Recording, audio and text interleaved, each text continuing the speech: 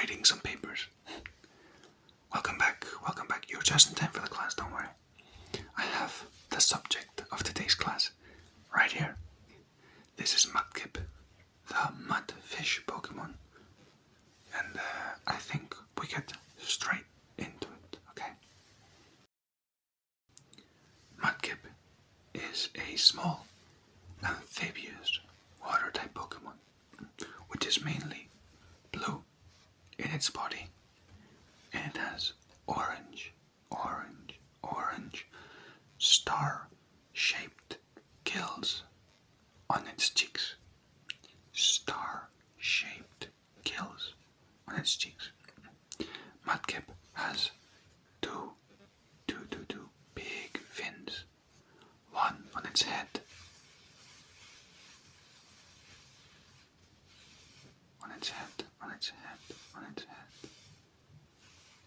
and another one on its tail. Tail. Now, it uses the one on its head, the fin on its head, to detect changes in the air and the water currents. And it uses the one on its tail to propel itself through the water and be able to move really fast, propelling itself. Mudkips are generally docile Pokemon and can be usually found in different types of wetlands.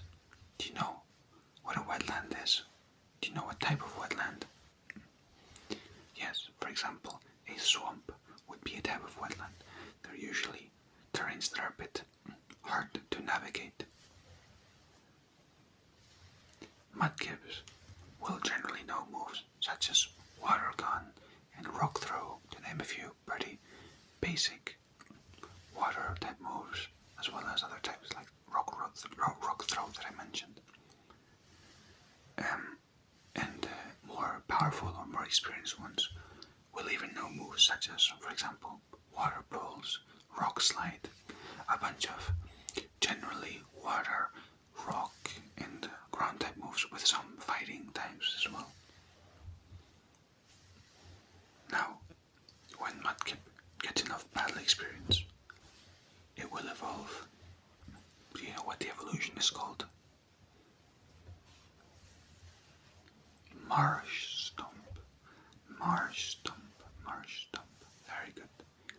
And it becomes not only a water type, which it already was, but it also gains the ground type. So, before we begin with Marshtomp, are there any questions about Mudkip? Any questions about anything really? Oh, about my finger, what happened to it? Well, you see, you know how with a bunch of bird-type Pokemon, you can kind of do like this, and they will get on your arm for them to kind of land on, you know. I had a student earlier bring me their Noctowl, and he was so happy that his Hoot had finally evolved into Noctowl, and he wanted me to put him on his arm.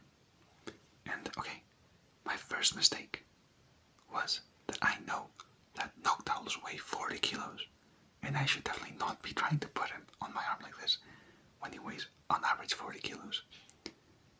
But this was a small Noctowl, and my student was so excited, so I was like, we'll give it a try. I'll probably have to hold on like this, but we'll be fine.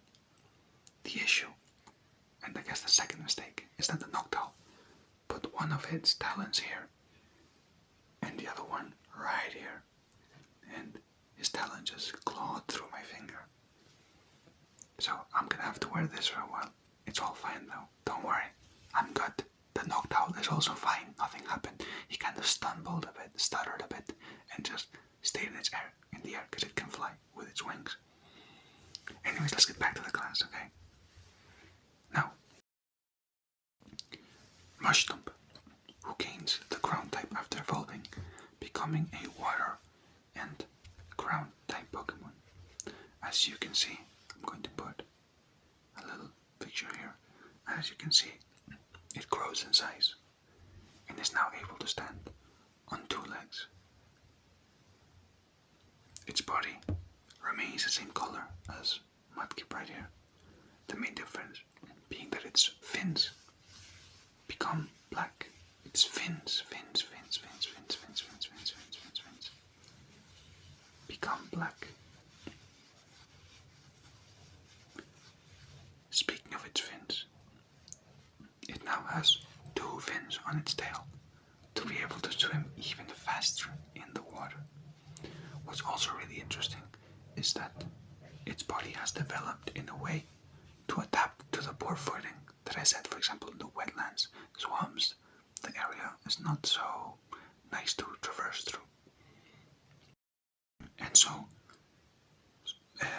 Marshtomp has adapted to this by developing a sort of sticky film around its body, which makes it so that it can actually move faster when moving through mud than when moving through water, which is really interesting for a Pokemon that was primarily just a water type and is meant to be able to swim, but now it can move faster through mud, which is obviously way stickier, way denser than water.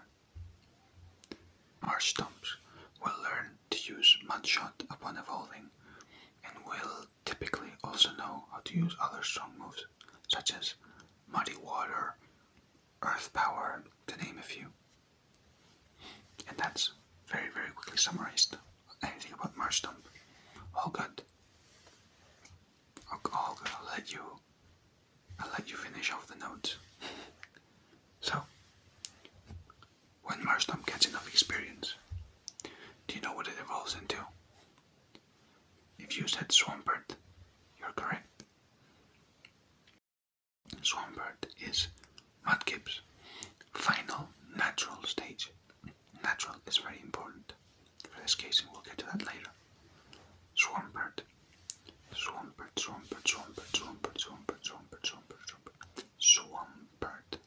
is much, much larger than Marshtomp and has a very bulky frame. I'm going to put him here as well. With strong limbs. Very, very strong limbs. We'll get to how strong later. It has grown even more gills on its head, and the one on its tail has grown even bigger and stronger. As I was saying, it's so strong, in fact, that it can push ships. If a ship has been stuck in the water, it can push it back to safety. It can swim faster than a jet ski. That's really, really fast. And it can easily smash huge, huge rocks. Swamperts can learn very, very, very powerful moves, such as Earthquake, Hydro Pump, and even moves that are not specifically water and ground type, like it is, such as Hammer Arm, which is a fighting type move. Now, is there any questions before we move on to the last sort of bit? Because, as I said, yes, exactly, you are right. Swampert is the final natural evolution. And why did I say that? That's because we have to cover Swampert's other form, I guess you can call it, which is its mega evolved form. Swampert, as a bunch of you I'm sure will know from your battling and everything, will evolve, or can evolve, into Mega Swampert. And you might be wondering, how does that happen? Well, in order to Mega evolve your Swampert, first of all, you need to have a very strong bond with your Pokemon. Then, over here, as you can see, I have what is called a keystone. I'm going to put it on just to show you. Let me just say that you don't have to have it in your bracelet. It can be anywhere. People have this on their neck. I've seen people wear it as a ring. It doesn't really matter. What matters is that you have the actual stone. This is called a keystone. Keystone.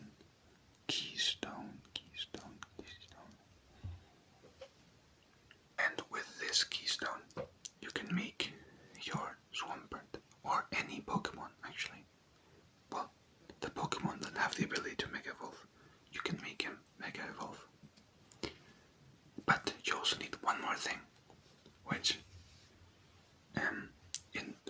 its case is the megastone called the Swampertite. Swampertite. Swampertite.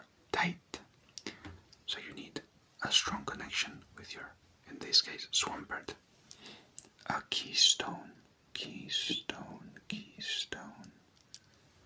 And a, in this case, Swampertite. A Swampertite is the specific megastone for Swamperts.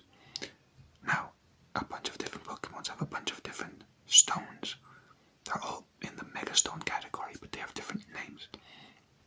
Swamperts is called the Swampertite, but there's a bunch of different ones for different Pokemon that can Mega Evolve. Again, don't worry about this. You'll learn about all these types of stones and how they work in your geology class. Don't worry. Now, as I'm sure you know, Mega Evolution is just a temporary transformation. Temporary transformation. This means that it's not permanent. It is a temporary transformation that a Pokemon can undergo, which boosts their power significantly, a lot more. Now, Mega Swampert, I'm gonna put him here as well. Mega Swampert gains even more bulk. He's even stronger.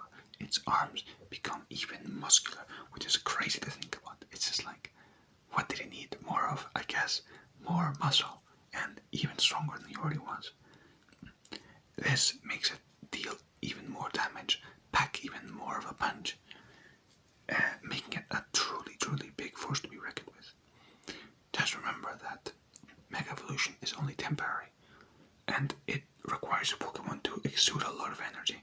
So please make sure to use it only in really, really necessary moments, or really dire moments, or situations, or battles, or anything like that.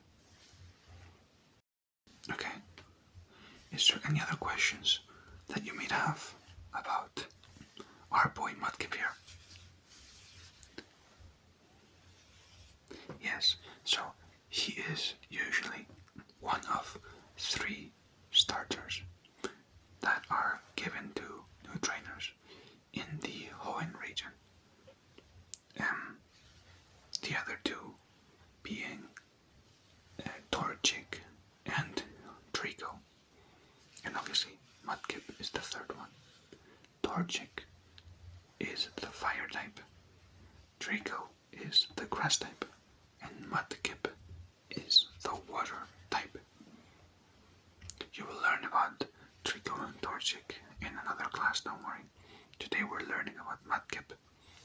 So you just need to focus on him for now. Unfortunately, I don't own a Torchic or a Trico. So we're gonna have to do them without a live Pokemon if we get to them. So, if there's no more questions for today, I think that this is all the time we have for. So, thank you very, very much for coming. Please let me know what Pokemon you would like to learn about next. Thank you very much. Say goodbye, Mudkip. Bye bye.